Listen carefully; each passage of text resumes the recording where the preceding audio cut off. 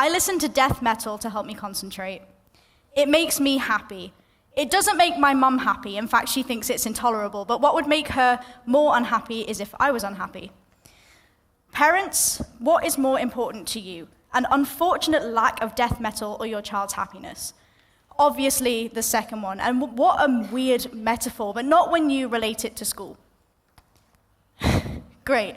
Now that I've got your attention and freaked you all out a little bit, I'm going to explain to you how this relates to what I'm talking about.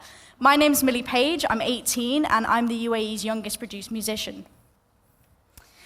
I've been a guitarist for 10 years and a vocalist for 14, and music is my life. It gives me something productive to do when I need it, and it is my creative outlet. So I'm here to talk to you today, parents, students, and teachers, about the importance of allowing adolescents to be creative and expressive while juggling their academics and how we can go about doing that. From age 4, I knew that I was different academically. I knew that I couldn't do what the other kids could do in terms of maths, writing, and spelling. But I did know that I excelled at music and drawing, and that I was the one kid who sat inside at lunchtime to listen to James Blunt and play house, and I was perfectly fine to do that. Growing up, I always saw myself as being less valued than other students in school because I couldn't do my times table. I was made fun of for it, obviously, but I kept being creative and joining school plays and singing at every opportunity. Then finally, at 8 years old, I was diagnosed with multiple learning disabilities, and I finally got my answer as to why I was so academically different. I wasn't stupid like I thought for so long, well, a little bit, but now I knew where my creative side had come from. However, the older I got, the more frustrated I became with not being able to doodle in lessons while doing my work, or drawing, or playing music. I was told it was a distraction, and that I'll never get any work done if I'm drawing.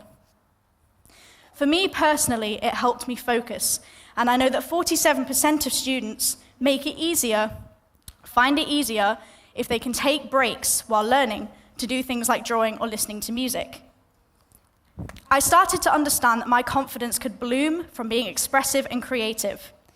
My parents saw my struggle, and that being just academic caused me to be frustrated in school. And so then I was allowed to dress how I wanted and do my makeup how I wanted, which included random colored eyebrows and spiked chokers. It helped me feel more expressive and gave me a break from the pressure I felt at school. I felt free being able to express myself in any way that I wanted, especially as a musician.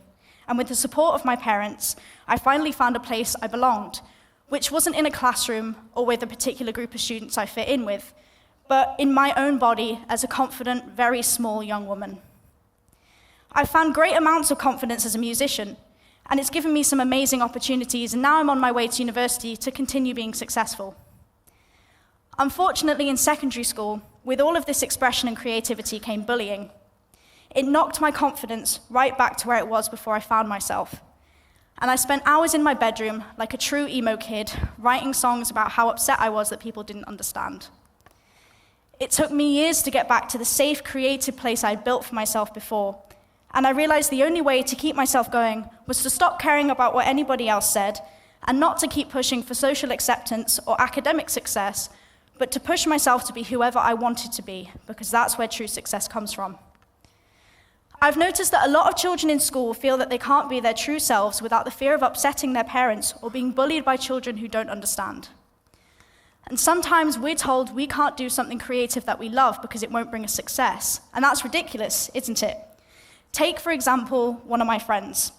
He was told at GCSE level that he can't do art because he was too dyslexic to possibly be able to keep up with the deadlines.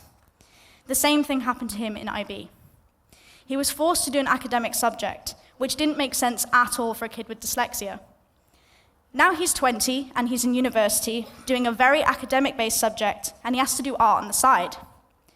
He's doing really well, but had he been allowed to do art in school, and therefore in university, think of how much more happy he would be, and more motivated he'd be to get out of bed and go to his lectures.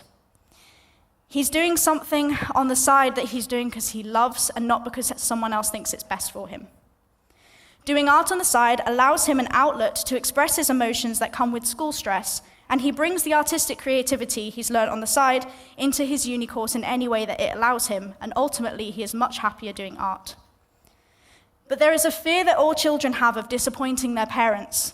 Holding on to this fear creates anxiety in schools and in workplaces, and children and teenagers feeling like they can't be themselves has caused problems I see in my peers, and it holds them back. It's heartbreaking that my friends want to dress creatively and want to write music and be artists, but the fear of social rejection is too much. Being academic is important to some, but for all, having a creative outlet is what will carry children into their adult lives and make them more confident and fulfilled. So what's the point in everything I'm saying? The reason I'm stood here in front of you is to ask you to consider, if you haven't already, that nothing we have would be here without a creative mind. The chairs you're sat on and the screen behind me, the light and sound technician at the back wouldn't be doing their job if it wasn't for some beautiful minds. If we think about it this way, when you're going into an interview, what sets you apart from the other people there for the same interview? I know what sets me apart, because I don't think anyone else in there is a literal circus clown, but if they were, what would set me apart from them too? Well, I'm a musician, an artist, and I'm a really creative thinker. Take a second to think about something that would set you apart from them at the interview. So I reckon about 70% of you there have just thought of something that you might think that no one else has done, because you're thinking outside of the box, and that's exactly the type of creativity I'm on about. It doesn't have to be something big, but allowing children to do something creative and active will make them not only more happy and more well-rounded, but will make their lives much more enjoyable. To the parents in this room, children and adolescents are vulnerable, very important, and very moldable. You can make your children into anything you want them to be, but ultimately what they should be is themselves. To the teenagers in this room, you're only a teenager for 2,556 days, so make the most of getting a head start on being creative, expressive, and happy. Do not let anybody tell you that you can't dress how you want, draw what you want, do the subjects at school that you want, or have the career one day that you want. And with that happiness, let it carry you into the rest of your life, even if you end up looking as weird as me. Thank you.